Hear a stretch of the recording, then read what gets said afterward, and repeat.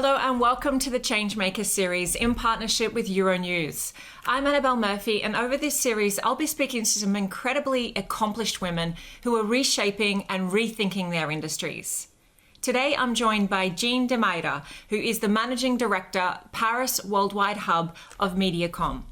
Welcome, Jeanne. Thanks so much, Annabelle. Really pleased to be here with you today.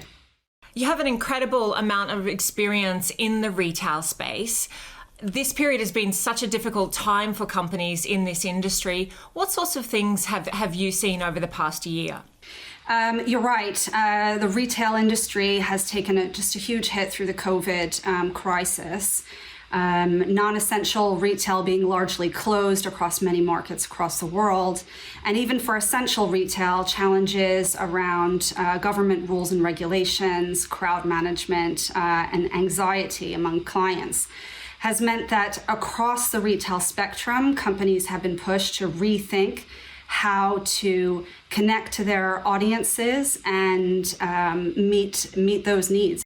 That's right. You brought up some very serious topics there. It's been incredibly challenging. What sorts of technologies or innovations have you seen being used in this time? I think a great example is one that our team in Turkey worked on with our client Carrefour, which is a big grocery chain, global grocery chain, but we manage their business in the Turkish market. And what we did there was, in a matter of 2 days, put in place a online shop via addressable TVs. So there are 8 million addressable TVs in Turkey. And there was a lot of anxiety among the Turkish population about going to supermarkets, facing long lines, crowds, and the risks that came with that, especially in the early days of lockdown in that market. And so this online shop through the smart TV platform gave a new shopping experience and opportunity for Carrefour clients in that market, and it was just a tremendous success, really overnight. And in addition to that, for those shoppers who wanted to still go to the physical store, we put in place a traffic monitor, a live traffic monitor, so they could see that when their local supermarket had lower traffic, shorter lines, that was a safer time for them to go for the in-store shopping experience. So really working kind of both the physical and the virtual sides of commerce for that client. What do you see as the future, Jeanne? Do you see bricks and mortar, shops, going to the shops on an afternoon with your friends? Do you see that still as something that people will look forward to in the future? Or do you see gradually everything will go online, will be bought online when it comes to the future of retail? I don't think anything will ever replace the in-store experience. I think especially for categories where the in-store experience is quite rich and high touch. We work with a significant luxury client, and that's certainly the case for that sector. So I don't see retail going away. However, I think the role for the physical retail space has changed, and the lines between the physical shopping experience and the digital shopping experience are becoming much more blurred. Today's customer, I think, has an expectation that those two experiences complement one another. They should have the same feeling and experience from a brand, whether they're in the physical shop or on the online shop.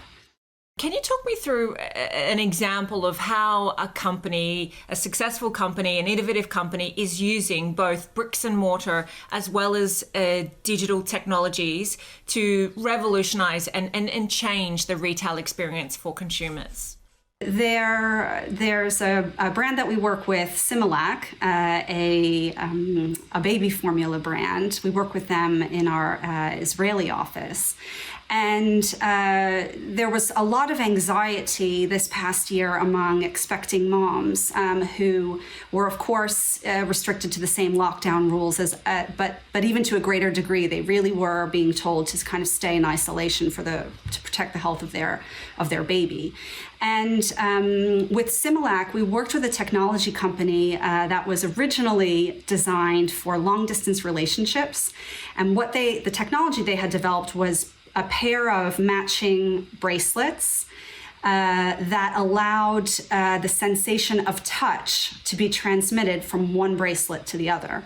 And so what we did with this tech partner for our client Similac was distribute those bracelets to expecting moms in Israel.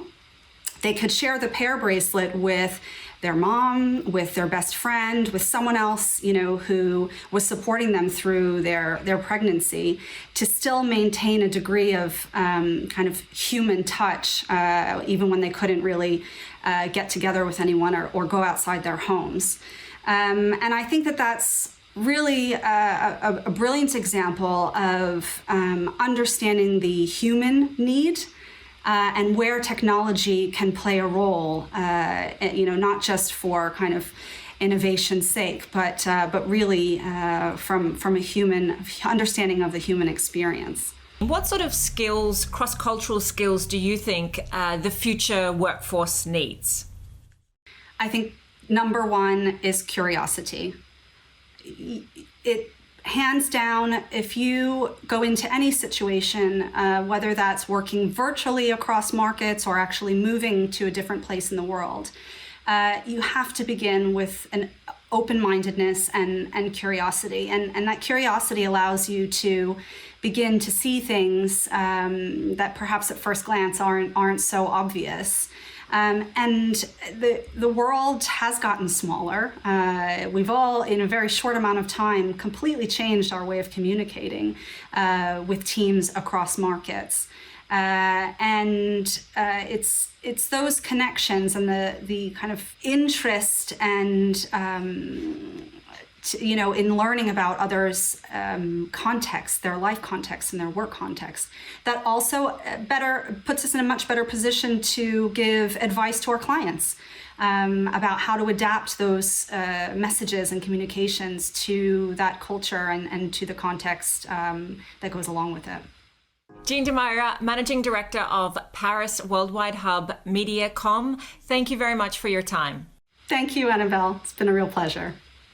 And thank you for watching another interview on the Changemakers series on Cannes Lions Live. To watch more of our interviews, please go online.